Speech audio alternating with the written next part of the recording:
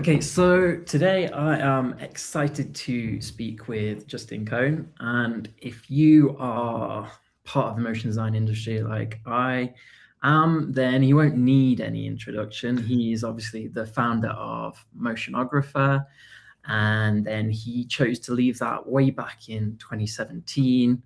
And among other things, more recently, he's been working at Book, which we're all familiar with. But now we join him at this kind of moment where he's launching a new platform, a new video hosting platform. So today we're going to speak about all those things, and we're going to really touch on the themes of AI in the creative industry, creativity, and hopefully this theme of kind of finding new purposes and new beginnings. So welcome, Justin. Thank you, Luke. So nice to chat, man. Thanks for having me on. Yeah, awesome, man. I think that's this interesting point to start. Like, it feels, looking from the outside, that you've taken this new direction. You've left Book and you're starting as a founder for the second time. So tell us a little bit about kind of what is frame rate, and why you've decided to do that now. Okay. Yeah, I was at Buck most recently for about 5.5 years, which I think is a record for me in terms of like normal full-time employment. And I started there as just kind of like a communications director, doing, website updates, social media updates, basically being a professional cheerleader for Buck. And then Buck launched a parent company called Residence, which kind of merged in other studios and agencies around the world. And so I was heading up communications and doing some marketing and stuff for them. It was great. An amazing group of people that I worked with and learned so much from. Um, I really had no plans to leave or make any big changes, but at the end of last year, so at the end of 2025, a friend of mine, Joey Kornman, who's the creator and CEO of School of Motion. Probably a lot of you know Joey from his Motion Mondays podcast and the rest of it. He said, I think you need to meet this guy named Tyler. I was like, Tyler Williams. Okay. And he said, yeah, Tyler Williams created Motion Array. I was like, oh, cool. I knew about Motion Array. And he said, he's building something that I think you'd be interested in. So I got on a call with Tyler and he showed me the kind of like MVP, almost like a prototype version of frame rate, really. He'd already built, truthfully, he's the founder of frame rate. I'm like a late co-founder, but he'd already built this platform that was pretty fully featured. And it was rivaling, Vimeo. He and I both had seen the kind of white space opening up in the market around Vimeo. They very publicly pivoted to an enterprise model about 10 or 11 years ago. And that began a long, slow kind of drift of Vimeo away from our world, the world of motion designers and filmmakers more broadly, and towards a kind of enterprise model. And I'm not going to criticize them for that. That was their business need, and they have shareholders and stuff to keep happy. But we both saw this white space, kind of like, oh, well, it seems like we lost something, with Vimeo making this big change. We all used to treat Vimeo as like the campfire for the industry. I started my days and ended my days in Vimeo. When I was doing Motionographer, 95% of the stuff we posted were things I found on Vimeo, things that were hosted on Vimeo. I've been a Vimeo member since 2007. So, we're very sensitive to those changes. The difference is I was like, okay, when I was at Residence, the Buck company, I thought, oh, I think we could make a Vimeo kind of, challenger. And I put together a business plan that was kind of half baked. I pitched it to the CEO and co-founder of Residence, Ryan Honey. And he was receptive, but I think he asked some questions like, well, what are you going to do, Justin? And how does this work? And how do we pay for this? And I kind of was just too busy, I guess. I was like, I don't know. I couldn't figure it out. So I kind of put it on the shelf. So when Joey Kornman came back and introduced me to Tyler, I was like, okay, this is really interesting. It's something I've genuinely wanted to do for a long time, even going back to the Motionographer days. And there's this guy who has a proven track record, Tyler, who comes from our world. We value, like, our values aligned. We just really care about actually celebrating people and the work that they make. And so I started helping him casually, kind of like, oh, maybe you could do this or that on social media. And at some point he was like, okay, you're helping me enough that I feel like I should maybe pay you for some of this. And at the time I was still working full time at residence. I had a freelance gig, long running freelance gig of web development work that I was doing with my friend. And my life was just busy. I've got 2 kids and a wife and all. I said, I really can't, I can't start taking money from you, because then it becomes a real job. And he's like, well, what if this was like your full-time job? And that was the first time I thought, oh, how would that look? So we started talking, and in the span of about 6 weeks or so, we hammered out a whole deal. And I came on as a late co-founder, which is a thing we kind of, made up to indicate that, I still got in the very early days, but, Tyler really is the brains behind the whole thing. And it's been off to the races ever since. I started officially in March of 2026. There was a period where I was kind of like working nights and weekends on Frame Rate while still working full time and still doing my web development work. Thankfully, I simplified my life since then, and now it's all about Frame Rate and only about Frame Rate. So I hope that kind of gives you, that was probably a little too long-winded, but it gives you the kind of current state of things. No, that's really cool. I was wondering, I guess you've kind of answered that, but I was wondering if this was kind of a product of the AI era, and like it was just the ability to be able to vibe code so much, and that's what it's born out of. But it sounds like you actually have technical background, We both do, yeah. But AI is important too. Tyler co-built Motion Array with another guy named aThe, and so the two of them built that platform. And I don't know how much traffic they were getting towards the end before they sold it, but I'm guessing it was a lot of traffic. So he knew how to build and run a platform. And then I've been doing web development work basically since the web, like probably going back. I started making websites in like 1996, or 5 maybe. But I've been doing it professionally or semi-professionally since 2000. So we both have technical backgrounds, but what we're doing with Frame Rate, it would be hard to do it the way that we're doing it without some AI help. So we use AI to help with coding. And then we use AI to help with, all the kind of general administrative things that every AI provider tells you it's amazing at. And, it kind of isn't, it kind of isn't. I think about this a lot because I think the timing for Frame Rate is so perfect in so many ways. It's not just about, Vimeo kind of changing ownership hands again and all of that. It's this technological moment that we're at where 2 people can do a ton, right? More than ever, if you know how to use the tools and you have enough kind of technical understanding of what's going on to not make some big mistakes. So that's another part of the kind of perfect storm. But also there's just a lot of things happening in the world of social media. I think there's a lot of people getting, I don't know, feeling disenfranchised and just burned out on what it takes now to kind of like succeed on social media. So this, like, we're in this perfect storm, but the technological aspect, the AI aspect is hugely important. If we didn't have it, it could still be possible. It would just take a lot more people, and a lot more overhead, and we move a lot slower. So we're able to come up with ideas about ways to improve the platform and implement them usually within hours. And that's in large part thanks to AI. So I think it's worth saying that. Having said that, we have mixed feelings, Tyler and I both do, about AI in general, and specifically around generative AI.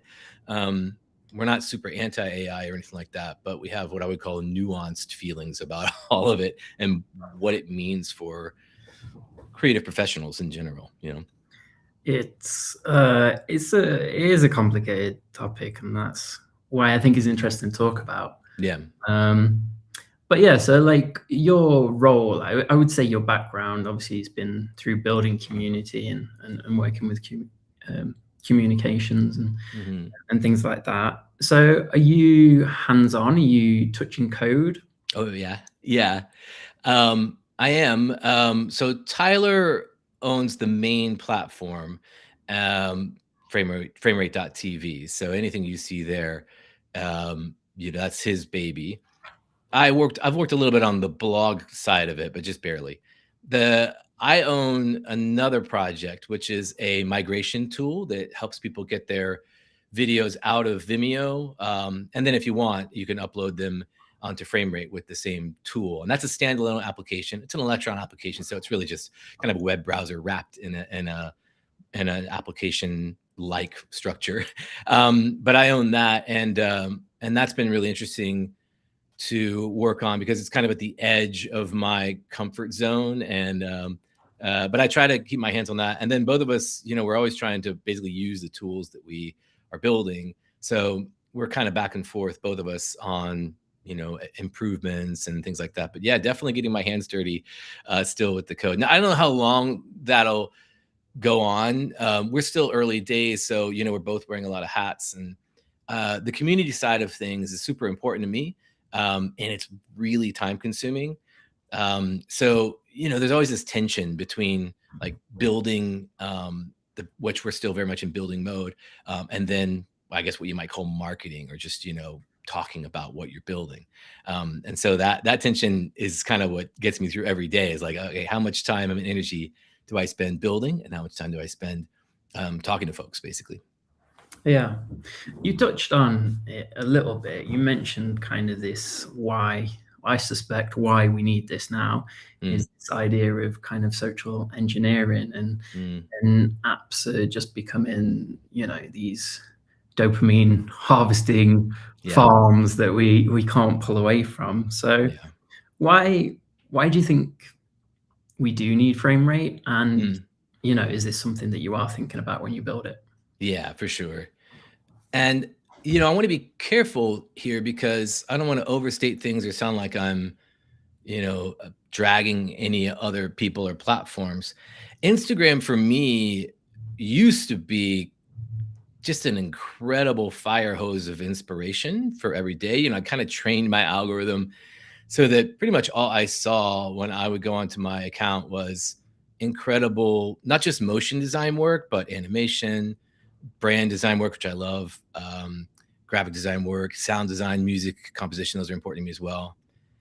And so it was really valuable for me for a long time. And then over the course of the last, let's call it 2 to 3 years, as Instagram has made some pretty big changes in the platform, as they obviously are trying to compete with TikTok, and maybe to a lesser degree YouTube, the platform has become less and less valuable to me, at least in terms of creative inspiration. That's because now now when I open Instagram, mostly what I see are 45-year-old dudes doing squats, people making really interesting high protein recipes, and then people like talking head videos, right? And I'm part of that too. I make some talking head videos on there as well. I'm not complaining about that content, but what's happened is it just hasn't become very useful from a kind of like creative inspiration standpoint. And it's never been good for like really like finding and organizing work and keeping track of work. So, and Instagram's only one platform, but I think it's representative of all the changes that have been happening because they're all trying to become TikTok. And I think in the case of Instagram, at least, they're succeeding. It's like they're really competing, and the whole Reels push that they've been doing for the last few years is starting to work for them. The other problem with Instagram, which is no secret, is that it's an advertising-based platform. And so you see a lot of ads and you are the product as the user, you're the product. So it seems to me that like there should at least be some other space where maybe you can share your work, and let's call it like a cleaner environment or a purer environment, one that doesn't have a crazy black box algorithm. We've got a trending algorithm on Framerate, but the training algorithm is like so bare bones. It's just based on like likes, and it's based on the hotness algorithm that Reddit has basically open sourced. So I don't know if we have anything on the site that explains it, but we will. That's the closest thing we get to an algorithm, and it's like the lightest weight version of an algorithm. The rest of the site is designed for discovery. So for you to be able to not only see work, but then kind of act on it in a way. You can like and comment on things, obviously, but you can collect work in your own private collections. You can collect people as well the same way. And so for me, for creative inspiration, that's a lot more useful and ends up being a lot more conducive to creating a sense of community than Instagram. I don't know how you could have really a sense of community on Instagram. It's not really built for that. It's built for quick hit drive by dopamine stuff, and it's really good at that. But the community side is really hard to layer on top of that. So that frame rate is that place. I think what's interesting is there's a business side to this too. And I'm thinking from the perspective of freelancers. I was talking to a very successful motion design freelancer a few weeks ago about this, and he was lamenting how, on Instagram, he used to be able to post something. It would get 3, 4, 5,000 likes. I mean, he's that, popular and that sought after. And then he would get those likes, and then inevitably, he'd get some kind of a work opportunity. Somebody would slide into his DMs or reach out through email because they saw his work on Instagram, and it would translate to actual real work. But what he was telling me is that doesn't work anymore. Like, he'll still get the engagement. He'll still maybe get lots of likes, but it's not translating to work the way that it used to. And again, this, I think, these are like architectural changes that, are happening not just on Instagram, but kind of at the social level as well. I think because it's gotten so noisy in Instagram, it's not a place, I think, where people think of kind of talent discovery. It's just become a fidget spinner for the internet, like TikTok is. And so the intentions of the viewers have changed, I think. And so you're not getting that through line of, big hit work and then, work opportunities coming from that. It just kind of fizzles out after the algorithm is done with your content. So with frame rate, like, because of the way that you can connect with anybody and that it's more intentional, it's more about, craft. I'm hoping that, people will start to create work opportunities through it as well. We have to hit a certain critical mass to really see that come to fruition, but we are, I think, quickly approaching that mass. Our growth numbers are really strong.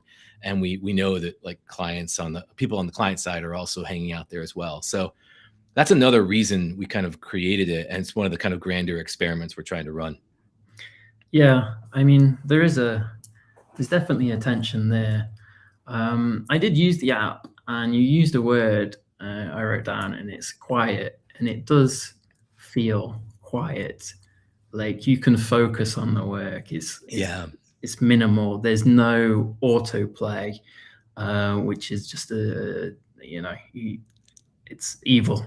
Like, it takes more energy to stop watching than it does to watch. Right. And like, I think that's really why Instagram has kind of declined, this TikTokification. If I want inspiration, like, I could lose hours. It's not designed for that anymore. It's not. You don't get that underlying sense of joy. Like, you used to create a feed and you have lots of people's work that you respect and you enjoyed their work and you could see it. But now it's like, maybe I never even see that anymore. It's like, guys squatting. Yeah, I agree. It's gotten a lot harder in that way. And we do have something on frame rate. If you go to the My Feed page or the My Feed tab, it's kind of, I guess, our take on a feed. It's videos that either are from people you follow on frame rate, or the people you follow, it's videos they've liked. And so, which is exactly how Vimeo used to work. Back in the old days, when you would log into Vimeo, your homepage was exactly that. It was videos from people you're following, or the videos that people you're following have liked. And that very, very simple, that's not even really an algorithm. That's just kind of a recipe, I guess. That is pretty effective. And so we do have something like that on frame rate. And that's about as far as I think we're going to go down that weird rabbit hole of trying to engineer this constant stream of dopamine. Inevitably, you just end up, when you go too far down that path, you end up making applications that I think are at least at some level, not good for our mental health. And I think that's kind of what you're getting at, right? Like you feel a sense of dysphoria, which is the opposite of euphoria, right? But the dopamine is so strong that it overrides that sense of dysphoria. And so you just keep scrolling. I say you, I do this. I think we all do this. I keep scrolling, even though I feel that ick in me. And this is something I've been listening to some neuroscientists talk about for a little while. So this is not something I made up, but that's weird. Like the dysphoria exists. Your brain produces that sense of dysphoria for a reason. It's trying to tell you, hey, that's enough time to get out, touch some grass, you know? And yet the other mechanisms in some of these applications are so powerful and so well designed from a neurological standpoint that the dopamine and other neurotransmitters override that sense of dysphoria, which is a protective mechanism. So that can't be good. That can't be good. So yes, I hear what you're saying, and I relate for sure. Yeah, I mean that was what I was getting at, really, to be honest, and you Yeah. explained it a lot clearer. But yeah, I mean that is where the attention goes, and then that starts to, I feel like it starts to change the motion design industry. Like the jobs you start getting are these shorter projects because we know it's only going to live in the algorithm for so long. So Yeah. budgets then shrink, and it's kind of, I won't say it's the death of long form because for every action there's a reaction, right? So Right. I think that people are pushing back, and I think frame rate can be a solution to that. I think you're right. It feels to me, I don't want to overstate this either, but it does feel to me like there's a bit of a movement that's budding. It's very early. And that movement is a realization of what you're talking about, which is that the tail has started to wag the dog. Like I think we were kind of all okay with making shorter content because we got, oh, yeah, sure, social media, short attention spans, short content. But it's gotten shorter and shorter and shorter. The expectations have gotten higher. The budgets are smaller. Timelines are smaller. And on the supply side, so, the creatives who are actually making the stuff, we kind of collectively have hit burnout, I think. It's so disheartening when you spend, a lot of time and energy and you make something that you're proud of. And if you're lucky, it gets, 15 seconds of love on a platform. And then, everybody's moved on. The client has moved on. The audience has moved on. And it's just, that's I think, a deeply troubling kind of reality because, yeah, I know we get paid to make things. That's obviously the gig. That's why we do this. But we also make things because we want them to be recognized, right? We want our peers to see what we're doing. We like to see it ourselves. We like to look at the things we make and be proud of them. And when they last that long, it makes it hard to keep going, So the hardening thing, the good news that I've seen is that people haven't stopped wanting to make stuff. It's just that getting paid for it has gotten harder. One of the things we featured on Frame Rate recently was a short film created by the studio Art and Graft, and it was a studio project. They spent over 2 years on it, and I'm sure that they've done this before. They do a lot of self-initiated projects. At some level, they know that that's just good marketing, right? If you make something cool and you put it out there, that's going to get attention. But in talking to them about that project, if that was a concern, it was very far in the background. What they genuinely really wanted to do was have some fun and just experiment and make something for themselves as a studio, but also as individual creators, as much as for anybody else. And you really see it in the project. So you can go to Frame Rate and search Art and Graft, and you'll see it. And now I'm seeing more and more of that. People making, sometimes they're really short little experimental things, 5-10 seconds. Sometimes they're 5 minutes long. And I'm seeing more and more of that. I don't know if I'm seeing more because, well, Frame Rate is a place to see that stuff. If people are actually making it more, I don't know yet. But I'm really excited about the idea that Frame Rate can be part of what might be a movement. I'm not saying we are the movement. I'm not saying we're even the tip of the spear or anything like that. But we are, I think, already part of this desire to kind of like get back to making things for ourselves, making them for our peers, and and just kind of getting back to the joy of, yeah, maybe longer form stuff too. I think that would be really cool. It is very much like the early days of Vimeo, when they created a forum that was an alternative to YouTube at the time, that was really about craft and about the people who make the work, whereas YouTube was just like, people getting hit in the nuts with a baseball or whatever. And there's space for both of those things. It was just important that there were two options, right? So that as a creative, we were like, well, Vimeo is obviously where I want to put my work because that's where my peers are. And that's where I hope they see what I'm doing and I see what they're doing. And I can maybe even connect with them. I mean, I was able, because of Vimeo, I was able to reach out directly to basically anybody and get connected to them. I think I met Kyle Cooper that way, who maybe, if you're not of a certain age, you may not know who he is, but he's kind of the modern father of title design. He was the creator of Prologue Studios. And, so the idea that we're able to maybe participate in this somehow is super exciting. And it's really the fundamental reason that I think Tyler and I are even doing this. We both were just, I think, like kind of burned out and just kind of feeling adrift like everybody else. And we thought, well, if there's not a place for it, let's make it. Let's do it, Yeah, I mean, yeah. I was surprised. I haven't spent long on the platform, to be honest, but I had to do my research before I came. Yeah. And I was surprised like how much I'd missed it. Oh, yeah. Like you just see the cool work of other people, Yeah. and like it's all kind of your peers and stuff, and good vibes. Has been missing. Yeah, I think too, and this is specific to motion design, and frame rate is gradually, you'll see over the coming kind of months and years, I'm sure it's going to expand, well beyond motion design and animation. But that's obviously where we're starting because Tyler and I come from that world, and it makes sense.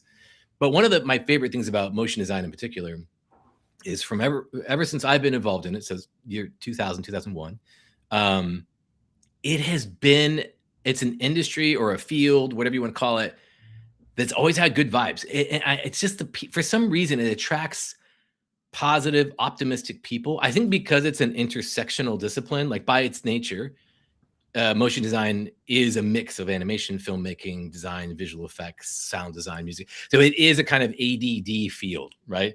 And I think what that does is it attracts people who are open, who like to share, who like to celebrate each other. And so what you see on frame rate, I think, is that positivity and that kind of optimism spilling out. And it's funny, if you haven't experienced it in a while, or maybe you've never experienced it, because if you're young enough and you're only used to, Instagram and the rest of them, it might be kind of a new feeling or a welcome feeling to feel again, like you're describing. So that's really good to hear. And it's only going to get better from here. We're getting close to what I would call escape velocity with, just the activity on the site, but it's still early days. We have some of the best individuals and studios in the world posting their work and sharing it and all of that. And it's only going to kind of keep snowballing and be more exciting and more kind of invigorating, I think, from here. Yeah, I think we've kind of touched on this idea of creating work for yourself and the purpose of creativity. And I did see that you'd give a talk about that recently. I think it was titled "Find Your Purpose in 45 Minutes or Less." Yeah. I was wondering if that was born out of kind of your personal journey where you are at the moment. Like personally, what was it that made you decide to leave book? Yeah, it's a good question. So I gave that talk that you're talking about. I gave that talk at FITC Toronto pretty recently, I guess in April of this year. And I agreed to do the talk almost a year ago. So before I ever met Tyler and heard about frame rate, I was at Buck, and I talked to Sean, who's the conference organizer. I've known him for a long time. FITC is one of the first creative conferences I ever went to. The first one was South by Southwest in Austin because I was living in Austin. But then I remember going to FITC Toronto back when it was called Flash in the Can, because it was a Flash, Macromedia Flash, kind of centered conference back then. So I've known Sean for a long time. He and I have good trust. I've emceed the event. I've given talks before. And he was like, hey, you want to give a talk? We're going to do our 20th anniversary edition. And it'd be cool, to have you, because I've been involved for so long. He said, you can talk about, state of the industry or whatever you want. I was like, what if I gave a talk about purpose and finding your purpose? And I could tell he was like, what? And so I said, well, as creatives, I think the way that we define purpose and then kind of find it might be a little bit different than other people in other fields. And I'd like to speak to that. And he said, okay. I don't know, to this day, I don't really know where that idea came from or why I felt that I could even talk about it with authority. But in my talk, there's a quote from an author named Richard Bach who wrote a book called Illusions. And he says something like, we teach best what we most need to learn. And so I committed myself to this idea of giving a talk on purpose without really knowing what the hell I was going to do or say. So thankfully I had almost a year to work on it. And what it evolved into is really the main takeaway is that purpose isn't something that you find. And so the talk title, Finding Your Purpose in 45 Minutes Less, it's clickbait. I knew it was a lie when I said it. You don't find your purpose. It's not buried treasure. You build your purpose, and you build it through action and through kind of experimentation. And so in the talk, I give examples of that. Now, what happened is, as I approached the actual time when I had to give the talk, I decided to leave Buck and I joined Frame Rate.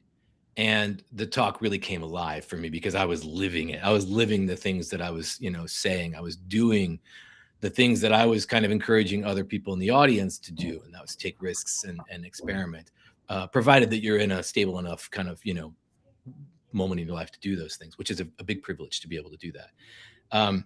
So it became this very personal talk. And when I gave it, I had no idea how it was going to be received because it didn't fit in the kind of traditional, creative conference talk. I wasn't talking about work or the state of the industry or anything like that.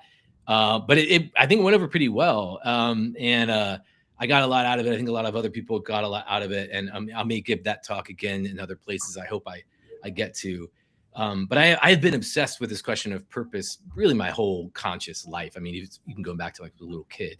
So to be able to talk about it was super fun. And anytime anybody ever wants to talk about it, I'm always open to it because the more you kind of talk to other people about purpose, you realize that we all have a lot of shared kind of mythology around purpose that has been instilled in us by our culture. And I'm speaking mostly about Western culture. So I don't know a lot about kind of the Eastern culture approach to this stuff, but we have these ideas about purpose that we've been operating on. And it turns out a lot of them are kind of busted.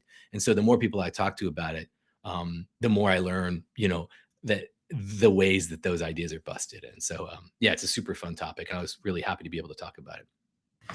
Do you think that, I mean, maybe this is a bit of a tangent, but I think in this like period of AI is like making creatives question what they do. Like it seems like every day there's a new tool that does a little bit more of your job. Yeah. Do you think that helping or creative looking for a purpose or building a purpose, as you say, like, do you think that's a defense against, kind of burnout or feeling disenfranchised with the creative industry? I do. There's some nuance there. Okay, so first, before you can really even think about your purpose and what that means and how you're going to craft it, you need to figure out kind of what your values are, what matters to you. That's part of the kind of raw ingredients of purpose, is something that aligns with your values. And if you don't know what your values are, you're not going to get very far with anything, to be honest. And it's weird to admit this, I had never really considered what my values are until 2 years ago. I mean, I'd never asked myself, Justin, what do you really care about? What's really important to you? So I started doing some of those exercises. You can find them online. There's a lot of exercises to figure out what are your values. To be honest with you, the most helpful tool in me exploring my own values was, and I hope I don't lose anybody for saying this, was ChatGPT. I had been using ChatGPT already. I've been using ChatGPT since I think probably 2 or 3, whatever came out. So it knows me, pretty well. And I asked it, I was like, what are my values? What do you think my values are? Right. And it spit out this incredible like really impressive inventory of my values. It was impressive because it felt accurate. It resonated with me. It used examples of things in my life to back up those values. But I didn't just take it at face value. I kind of interrogated a little. I made some changes. I questioned a couple of the things in there. But before I knew it, I had a sense of what my values were. That exercise is crucial because when you know what your values are, what's truly important to you, not what you say to people, but what your actions have proven are important to you, then that's kind of like your armor for going into the world of AI. Because as you said, AI challenges us in such a deep way that if you don't have a sense of your values, you're going to get knocked over real quick. And it may be hard to get up. When I talk to people who love, some boring aspect of their job that AI is going to do, it's deeply depressing for them to have that taken away. But if you have a clear sense of your values, the game's not over. Maybe the inning's over and maybe it didn't go well, but the game is not over because you can look back at your values and say, all right, look, I was doing the thing that AI took from me, but what I actually care about is deeper than any one activity. So you go back to your kind of values and you say, what can I do with these? These are the building blocks for something. What can I do with these? Okay, so that's one component, I think, of how we can be resilient in the face of AI.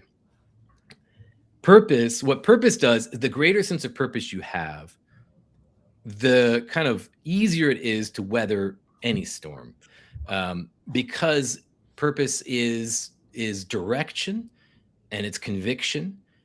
And so when you have a sense of purpose, it takes a lot to knock you down.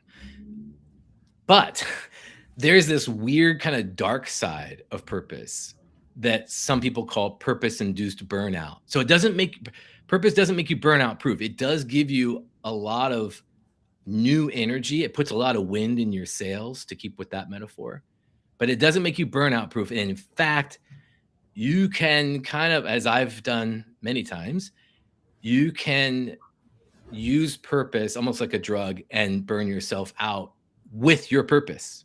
And the problem with that is because, you just get so excited, right? You're like, well, I found it. And I know what I'm doing. And I've got all this energy and you're getting dopamine like left and right. And, you're waking up at 4 a.m. or whatever, and you're just cranking. And it all feels good until it doesn't, right? Because we are, unfortunately, as humans, we're finite. We only have so much energy. We only have so many hours in the day. And no matter how much purpose you have, you're going to hit a limit. And a lot of times it comes in the form of, physical ailments. You get sick or whatever, but not always. So you hit that wall. And what happens a lot of times, at least what I've seen happen, is with purpose-induced burnout, instead of just recognizing that we're human and we have limits and be like, I just take a break. I'll just take a break for a little bit. No big deal. What usually happens is people hit that burnout period and then they blame their purpose. They say something like, oh, well, maybe I was mistaken. If I'd really found my purpose, I wouldn't be burned out, because purpose makes you burnout proof. And clearly I'm burned out. So I was wrong, was on the wrong path. And I'm like, oh no, that's not the right conclusion. That's not the right way to think about this. The right way to think about it is just that you're human and you're finite, and take a break, bro. Go out, touch some grass, do the thing you need to do. Listen to that dysphoria, go do some things to fix it. You don't need to question fundamentally your purpose just because you hit that burnout period. So I think that's interesting. I think we often talk about burnout in very like broad universal terms, like all forms of burnout are the same. I don't believe they are. I think that sometimes you can hit burnout for good reasons, and I think it's important to understand the distinction. Yeah, I'd agree with that. I think that there's many different reasons for burnout. You could just be in a unhealthy environment, but I think when it comes down to it, it's basically prolonged stress. Yeah. When you look at it through that lens, it can be any different number of drivers. Could be AI, but I love how you mentioned that AI. You'd had this long discussion with AI, and it helped you find clarity on kind of your values, because that's something I've also done. Oh, really? And I think it's super useful, but it's also kind of like semi dangerous as well. Yeah. Yeah. It's good in the fact that, you know, it'll listen to you and it doesn't Mhm. get bored. Mhm. And if you've been using it, like I assume both of us have, it has a background on you. Um, it has data that it can feed back to you and give you reasons for.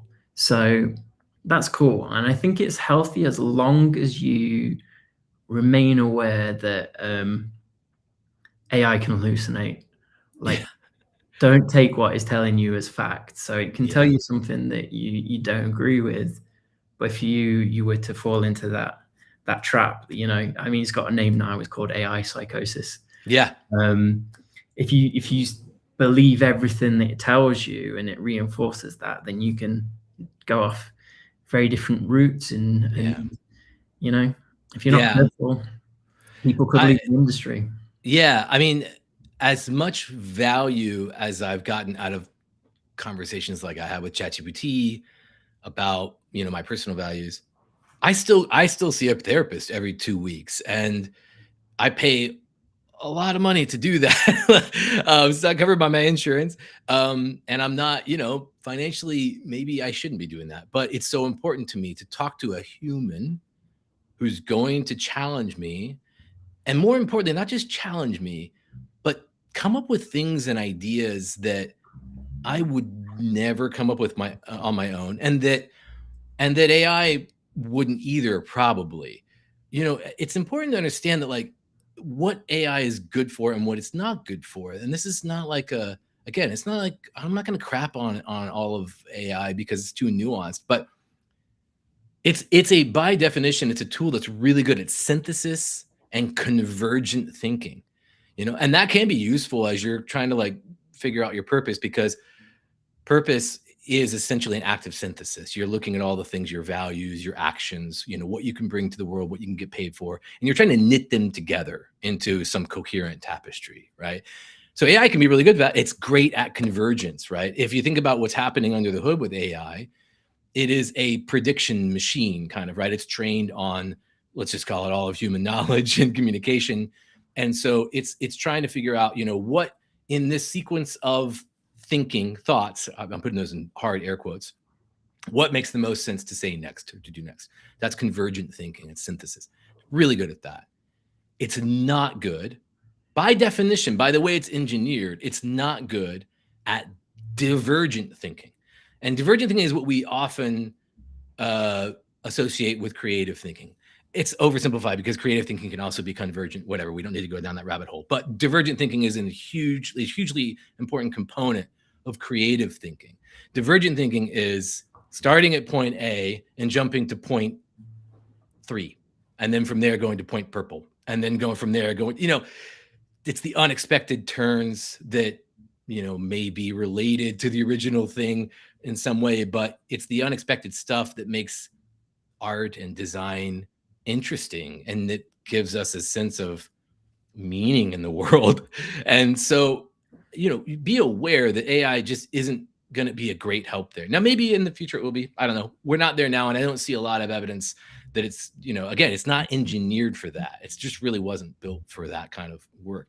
So, when I go to see my therapist, he's a Jungian analyst. So I don't know if you know Carl Jung is, but, like, it's kind of by nature, there's a little bit of, like, mystery and mysticism and weirdness. We talk about dreams and things like that. I can do that with AI too, but I almost know how those conversations are going to go before they go. Now, that might sound contradictory to what I said earlier about my kind of values inventory. But when I talk to my human therapist, he will link things and then he'll kind of prompt me in ways that just feel kind of messy, and they feel imperfect, and they feel fuzzy. And that's good. I need fuzziness in my life. I need mystery. I need wonder. I need things that can't be fully explained. If I look back at most of my adult life, all I've been trying to do is pin everything down, make it as sharp as possible, be so efficient, be so productive. And that's gotten me some professional success, but it's left a hole in my soul, because the soul craves mystery, the soul craves weirdness, and you just not that's not going to happen through AI, at least not in the same way, not with the same level of depth or satisfaction. Not now, at least. Maybe in the future. That's interesting. I wonder if you thought about bringing that to frame rate, like as we get more offline and in our own kind of echo chambers or AI chambers. Like, are you thinking about bringing in randomness and those in-person connections and things like that? Yeah. One of the things that became really clear to me when I went back to FITC in Toronto was the importance of in-person events, like IRL kind of, meeting, seeing people in person. And so I've talked to Tyler about this. We don't have any immediate plans, but we definitely want to be putting on events, which I have some experience with, myself, so that we can hopefully foster a lot of what we're talking about here, creating this kind of weirdness and randomness and mystery, and allowing for just synchronicity and for people to bump into each other. That happened every time I've gone to FITC. It happened, but it definitely happened, this last time. There really is no substitute for that, in my opinion. It's so valuable. It's hard to put a price tag on that. It's worth, 5 minutes of me chatting with a stranger in person, yelling in a noisy bar where I can barely hear them and there's music and everything competing for my attention. 5 minutes of that not ideal situation is worth like 5 hours on a Zoom call with that person, maybe more, because there's just something about being in person with another human that is just rich and deep and transcends the kind of stilted, performative way that we often interact in this kind of post-COVID world. And so I hope we can do some events. We're going to be sponsoring some events as a way of kind of getting our feet wet with some of this stuff. But I'd like for us to do events. And that might include things like film festivals as well. Film festivals are a great venue for what we're talking about because they have enough structure to them where it's not just anybody can put anything up, right? That's just noise, and there needs to be some kind of curation. So film festivals have structure built into them, but then they allow for surprise. They allow for randomness. They allow for that kind of weird flavor of delight, So I'd love for us to do some of those things. And yeah, there might be other things we haven't thought of yet that, we'll be open to. Tyler and I, because it's so easy to kind of build, at least now that we have the kind of framework for frame rate in place, we can build little experiments and stuff. And so we'll do as much of that as we can going forward. Yeah, I think the in-person thing is really important. Like I have it as a checkbox on my to-do list for every week. Like, did you go and meet someone in person? Oh, that's interesting. So you're kind of making it, you're mandating it for yourself. I like that. Yeah, I think about it like in terms of like AI is going to do the AI stuff and we need to optimize for the human stuff. And the human stuff, like the way that your brain works and the rewards you get, everyone knows about dopamine, but like we get oxytocin like for being around people and making connections and things. And these are all free, like happiness chemicals, Yeah. It's there and it's available. And that's like what, you were kind of built to do. So do it. Yeah, that's really important. I'd like to underline that last thing you said. That's what you were built to do, meaning as humans, this is not an optional thing. Like we are deeply programmed to be social. And even if you're a raging introvert and you get social anxiety and don't want to really do any of this stuff, which I totally understand, fundamentally we're still wired for it. We know that it's in our DNA. We are social creatures, and we know that the kind of more isolated we are, it's linked with all sorts of both mental and physical health problems. And so I think it's important that we all acknowledge that truth, that we are social animals, and then figure out a way to be social that works for you. So if you're introverted, then there are ways to kind of find your people without it being super stressful. Like one example, if I could just, sorry, going on a little tangent, but this is important stuff. I think my friend, she opened a pottery studio in Austin. She was an architect, an MIT educated architect for all of her career. But then she decided to open this pottery studio because she found her people at another pottery studio in Austin. And she said, I can do this. I want to do this. And when I went and visited, and it was great. I'm not going to do pottery. Okay. I don't like pottery. I like looking at it, but that's about it. But I went to go visit the studio, and immediately when I walked in, I was like, whoa, nice vibe. Like, it just felt good. And there were a lot of people there, and they were working their, the wheels and whatever, all the things you would expect to see at a pottery studio.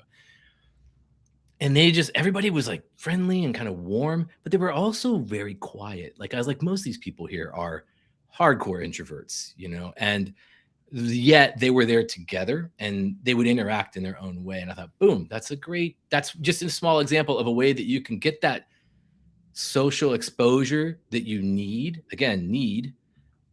without it having to be, anxiety producing and off the charts, with, all the stress that comes with that. So yeah, I think what you're saying is so important. And we really have to make it a priority in your life the way that you have by putting it on a list. I think that's great. I should do something like that too. Yeah, I want to talk a little bit about this kind of AI theme more. Yeah. And the decisions that you have made or might make about frame rate.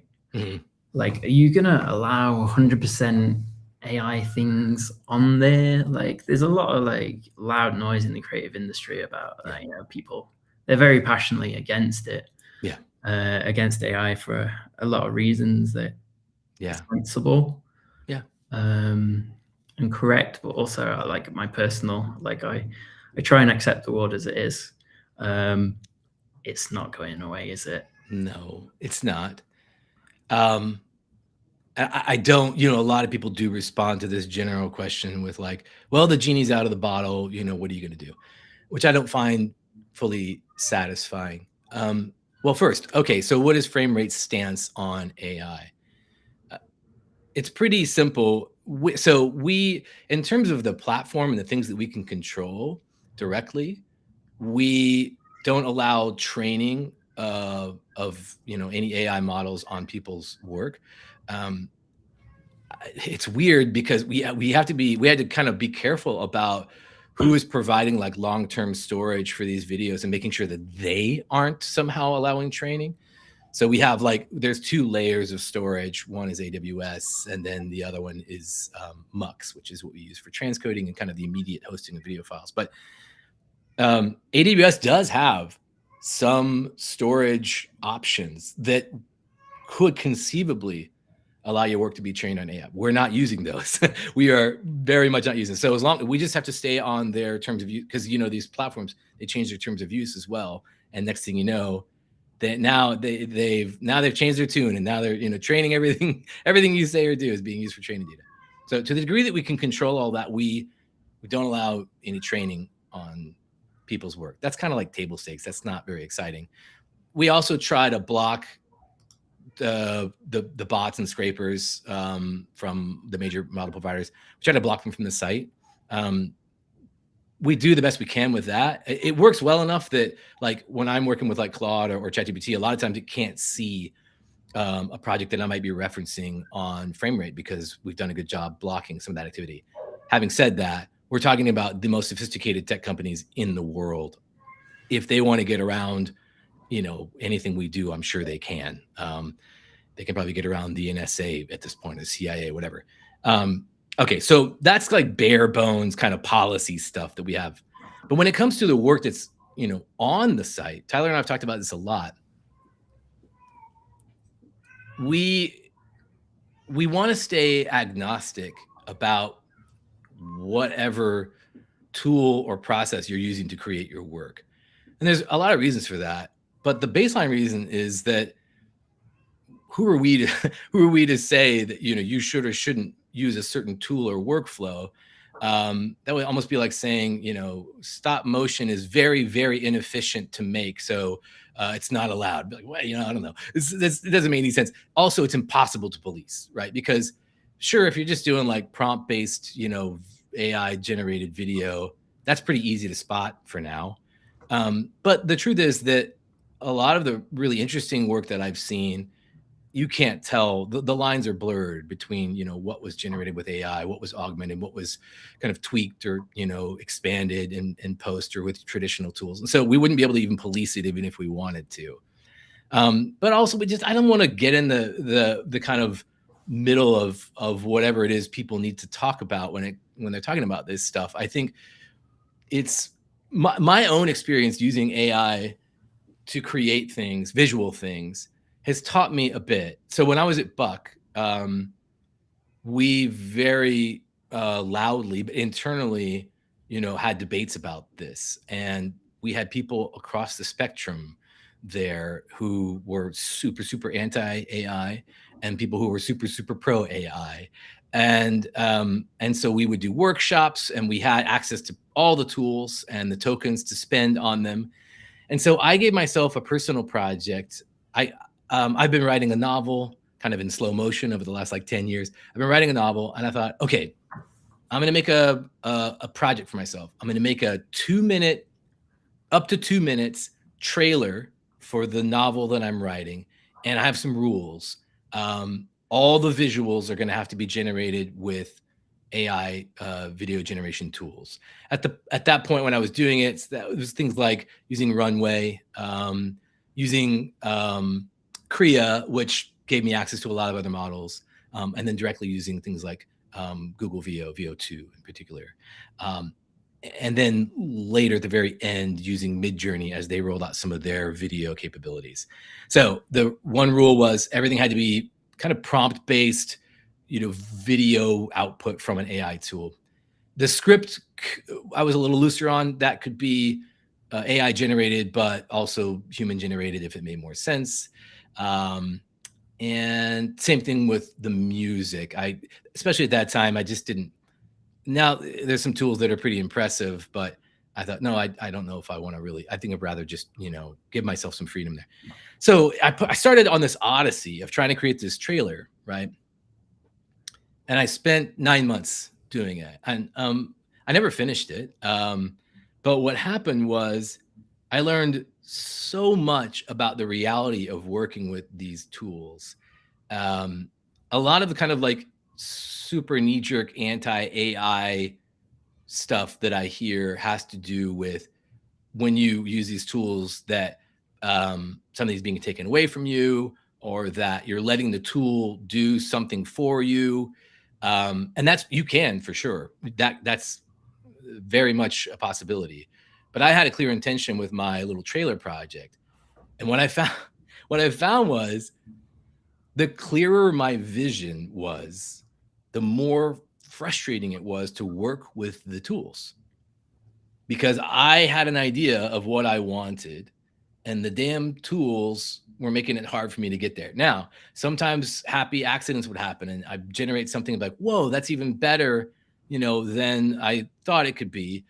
But then what I would do is I'd figure out how to stitch that accidental thing into my existing thing. And it just became this weird, like, ugly patchwork of intentionality and lack of intentionality, of vision and lack of vision. And it didn't hold together very well. And so what it taught me was, if you don't have the vision, the persistence, and the technical know-how to kind of work with these tools, they're not so scary, because they're just tools in the end. Now, I know that's a really common thing to say as well. Maybe a better way to think of it is not as a tool, but as a occasionally brilliant intern who you've been kind of assigned. And if you've ever worked with interns, it can be really rewarding some days, but most of the time it's just mostly frustrating. You find yourself explaining yourself over and over and over again and hoping that they're going to understand what it is you need and maybe deliver. So that's probably a better way to think of it, at least for now. There is another argument against kind of generative AI that I really can't argue with, and that is that these models were trained without consent on other people's work. And unfortunately, there's no turning that back. This is the genie out of the bottle thing. And so every time you use one of these tools, you're kind of benefiting from that lack of consent. I don't have any way to reconcile that argument. Like, that is a valid criticism. I don't have a way to explain it away. I'm not going to pretend that I have some bulletproof argument against it. I don't.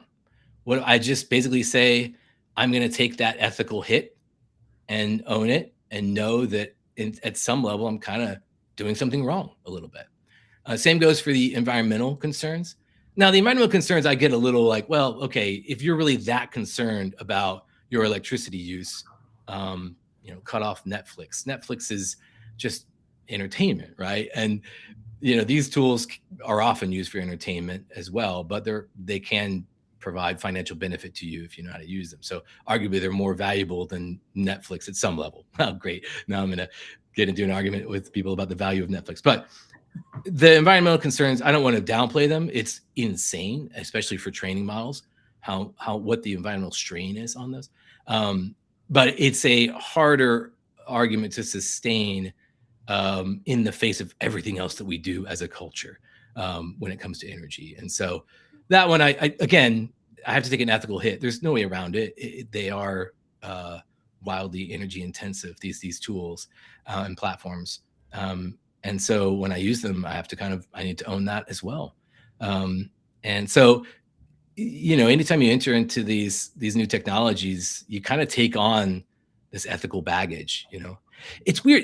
In the early days of the kind of automation of animation, one of the first things to go away as tools developed was in-betweening, right? Which is you have two keyframes, and then you would give those two keyframes to an animation team, and those people that you would give it to had a different skill set, and their skill set was to basically translate from the two keyframes that they would draw the frames between the two keyframes and manually draw them.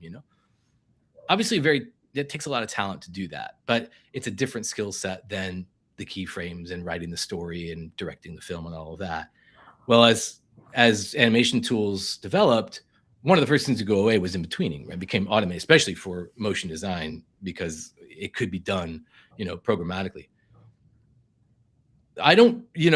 There probably were a lot of people who were upset at the time about that.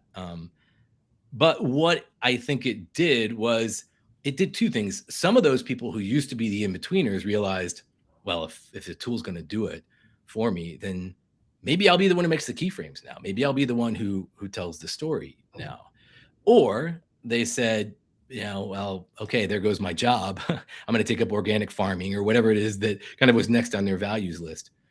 I don't want to downplay the fact that there were real consequences for that small technological innovation, right? And that's just one little tiny blip, of technological innovations that have been happening over the last, let's call it 100 years. So here we are in this like super dramatic moment where it seems to be affecting everybody across every field.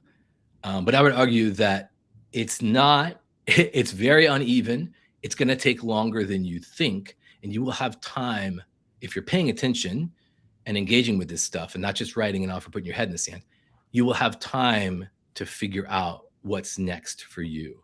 And one of the best ways to figure out what's next for you is to talk to other people, to connect with other people and see what are they doing? What are other people doing? How are they handling this? And I think that's where the community part comes in. That's where the in-person part comes in too.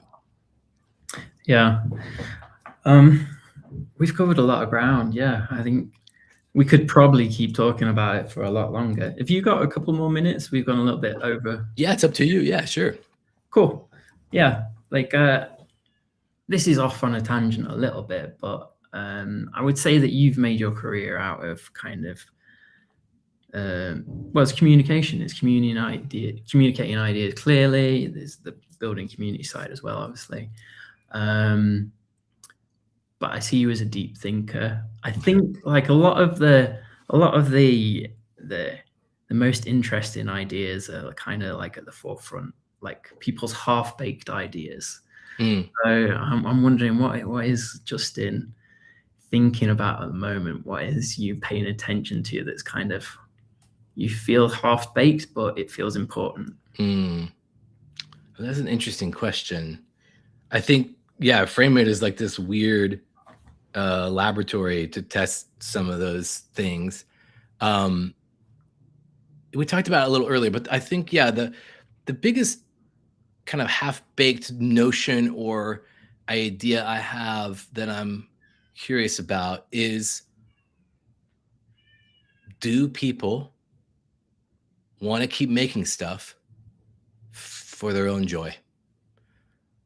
I know that they do. It's a human impulse. Creativity is a very, deeply human thing.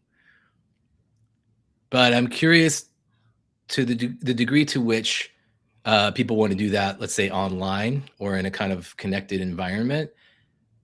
How important is it that you make a thing and then that you share it? What's happened with the current state of social media platforms is that it's no longer good enough to just make a thing. You have to perform the thing, right?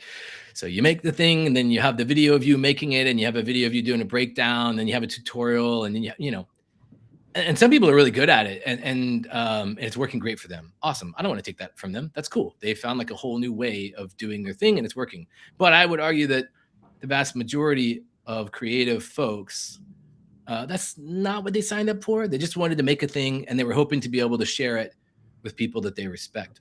So I'm curious. The kind of half-baked idea in my mind is, are there enough people that want to make a thing and want to share it with people they respect to kind of keep to like self-sustain a community or a platform? If I'm being honest, I this is the first time I've ever really set out to intentionally try to create a community. You could argue that I've accidentally done it in the past.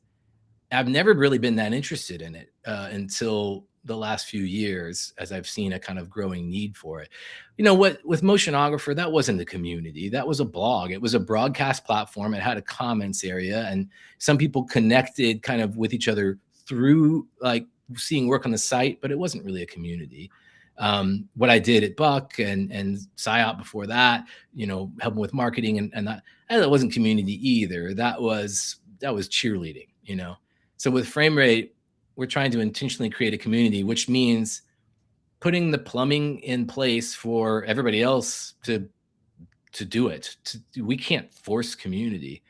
And in our case, the community will happen or work if people find value in making a thing for themselves, but also for their peers. Is it going to work? I don't know. I mean, it's kind of working already. Like we see a lot of like strong signals that it's going to work. I'm just curious how big will that scale? I don't know. That's the half baked thing that I think is kind of like sometimes keeping me up at night, but also getting me excited and giving me a reason to get up in the morning. Yeah, that's really interesting that you differentiate for like the community and the like. For me, like Motionographer was like people, it was a cultural thing that people used to coalesce around and talk about and share. So I understand why you don't think it was a community, because yeah, you're right, it's technically not. But it was kind of that shared culture, which is also kind of evaporating in the disposable social media feed era. Yeah. It just feels like things can't keep going the way they're going with social media forever. Like I feel like we're hitting a wall culturally with it, where it's like, okay, time for something else. And it's not that it's ever going to get left behind entirely. It just may not be the kind of center of our culture the way that it is now.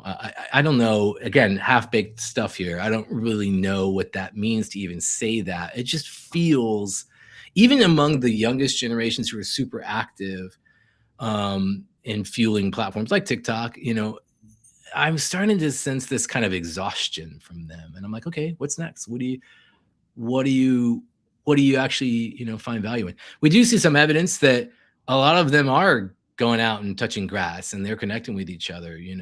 There's, I think, a kind of realization of the value of in person and true socializing. I don't know how much that'll scale, but we do see some of that happening already. It's a really interesting time, you know? Yeah, I think we kind of ruined a generation through giving them mobile phones. Here's this really addictive thing Yeah. that will never be far away from you, and you need to kind of perform and compare yourself to other Yeah. people. And yes, sorry about that, guys. I mean, we had smoking and drinking like in Right. our area. Like we always knew they were bad. Um, but this is kind of Yeah. I more, do wonder, I know you're not in England right now, but I was always envious of two things in British culture that are related: tea time and pub culture. Pub culture, I think, is dying, right? Like it used to be that, after at 5 o'clock, you go down to the corner pub and you have a pint, or two or three. And sometimes for some people that was every day. And then, tea time, I don't know if it's still a thing or not, but like, in the afternoon at work, everybody congregates in the kitchen for a little bit, you get some biscuits and tea. Man, having those two activities kind of institutionalized as part of the culture, I think was really valuable because, again, it's about connecting, it's about stopping work and getting a little bit of like perspective on what you were doing, and then also just having like random conversations that surprise you in different ways. And so it's a little bit of a bummer that the pub culture thing has faded. I get it though. Alcohol is not good for you. So I get why the newest generations are. I mean, drinking is down so much; it's crazy, right? In the U.S., people are panicking over, is Gen Z doesn't drink. I'm like, good for them. It's not good for you. I just hope that there's something kind of taking its place. The idea of a third space comes to mind. Where you've got work, you've got home, and then having a third space, a place where you can congregate socially in a consistent way, is super super important. For some people, that's their church. I'm not religious, but for some people, that's their church, and that's why I think churches and that kind of activity is still very relevant. Even though, in general, there's a decline of kind of church-going activity, at least in the United States, it's still very strong. And especially where I live in Texas, and I see why, because it provides that third space. My friend's, ceramic studio is a third space for people. I wonder how. The newer generations are thinking about this. Are they creating those third spaces for themselves? I hope so. I think I see some of it. I hope there's a lot of it going on. Yeah. yeah, I think, I mean, youth always do well. They're resilient. They'll figure it out. They will. They'll work it out. It's an Yeah. interesting thing you touched on there, like kind of these health. Well, you didn't say healthy. Rituals. You were talking about kind of going to the pub and drinking tea. And Yeah. I was wondering if you could like build. I wonder if frame rate could be a healthy ritual. Like if you were Mm, trying to hyper scale, you'd go down that dopamine route, and you'd be mm, like, oh, I need to addict them and all this kind of things. But mhm. what if like frame rate became like Friday afternoon you spend it on frame rate looking at videos or something. I don't know. Yeah. That's a cool idea. Somebody built they have like vibe coded a little app for themselves that shows them random work from frame rate on a TV in their studio. And I thought, oh, I need to do that. You kind of Cool. engineer a little bit of surprise, but also provide a reason to just like take a break and watch something. A lot of times when I'm going through work on frame rate, I'll block out at least an hour. And during that time, I put my do not disturb mode on my phone and on my computer, because I know that I'm going to find some work that might take a bit. Like there's, short films on frame rate that are 8, 12, 15 minutes long, and I'm going to watch it. And so I've tried to kind of, for myself, institutionalize a little bit of like this, taking a break and just being intentional about my time. It'd be interesting to see if we could kind of build that into the platform or something. There was a thing in New York, I think it was New York. I never did do it, called Creative Mornings. And it was a cool idea. It was like I think it was Tuesday morning. This group would get together and I guess they would look at creative work together and talk about it. They have like guest speakers, but it was every week, if I remember correctly. And I was like, that's so cool. That's just a great touchstone right? That you can have in your life. And, maybe we could do something like that, have like local chapters. I don't know. I like what you're proposing. Yeah, we'll see. Yeah, I mean, 3 months in, there's lots of different directions you can take this, and that will be shaped by kind of whatever happens with technology and society and what's Yeah. ever coming next. Let's try and land this ship then. I don't want to take up all your day. I like to try and end the podcast kind of and ask the guests for one lesson that they've learned over their creative career. And maybe that's something about how to be more creative or Mm. to work better, stay in the game longer, whatever it Oh, might yeah. be. What do people need to hear? That's a good one. Just because, so today we kind of broadly launched a brand film for frame rate that we created with a studio called The Furrow, Seth Eckert's studio out of Lexington, Kentucky, of all places, and Sanctus Audio. And because we're coming off of this brand film project that we did with them over the course of 7 weeks, I've been thinking about the concept of trust and how important it is, how necessary and foundational it is to doing good creative work. And this word trust is getting thrown around a lot these days. It's kind of the new collaboration. Collaboration was like the buzzword like 2 or 3 years ago. Now it's trust. And what does it even mean to talk about trust in this space of like creative work? And why is it so important? What I think it means is well, it's obviously two-sided. The client. So in this case, that was me. Frame rate, Tyler and I. We have to have trust in our creative partner because we can't do all the things. They have to make decisions and they have to do things creatively, and so we have to trust that they know what they're doing, and that they also want the best possible product out of this, and we have to trust that they're going to help us get there, and that all of our interactions are pointed in that same direction. On their side, on the agency, freelancer, whoever creative entity you're thinking of, they have to trust the client to treat them well and to be respectful of their time and of their money, and not expect them to work nights and weekends, and there has to be trust that there's that the client is going to be vulnerable enough to allow the creative to do what they do best.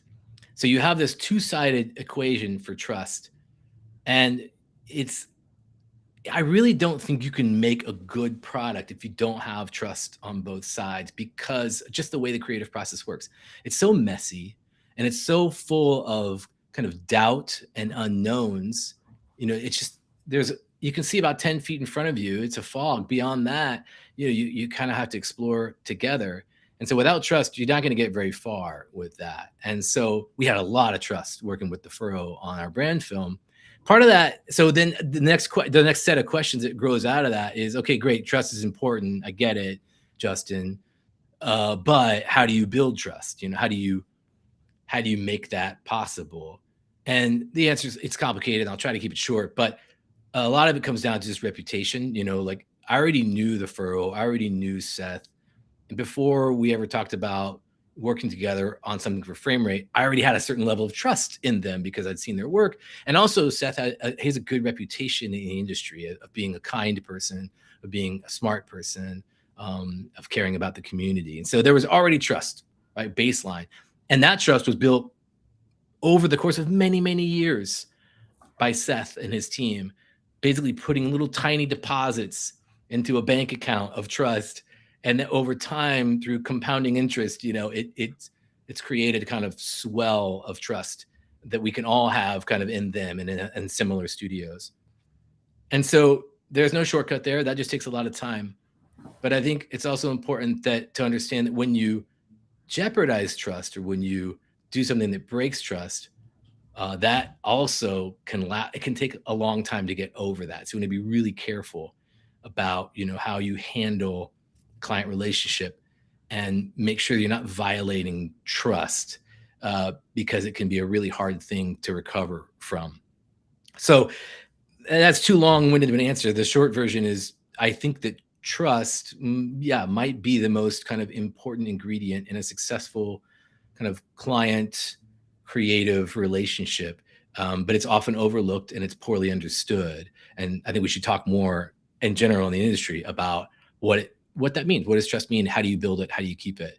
And it's obviously tied to, community and things as well, things that I'm working on. So yeah, I think that's kind of my advice. Trust, learn it, master it. That's fantastic. Really appreciate you like spending this time with us, and Thank you for having me, man. It's been a blast. yeah, cool, man. I think that's an excellent place to end it. So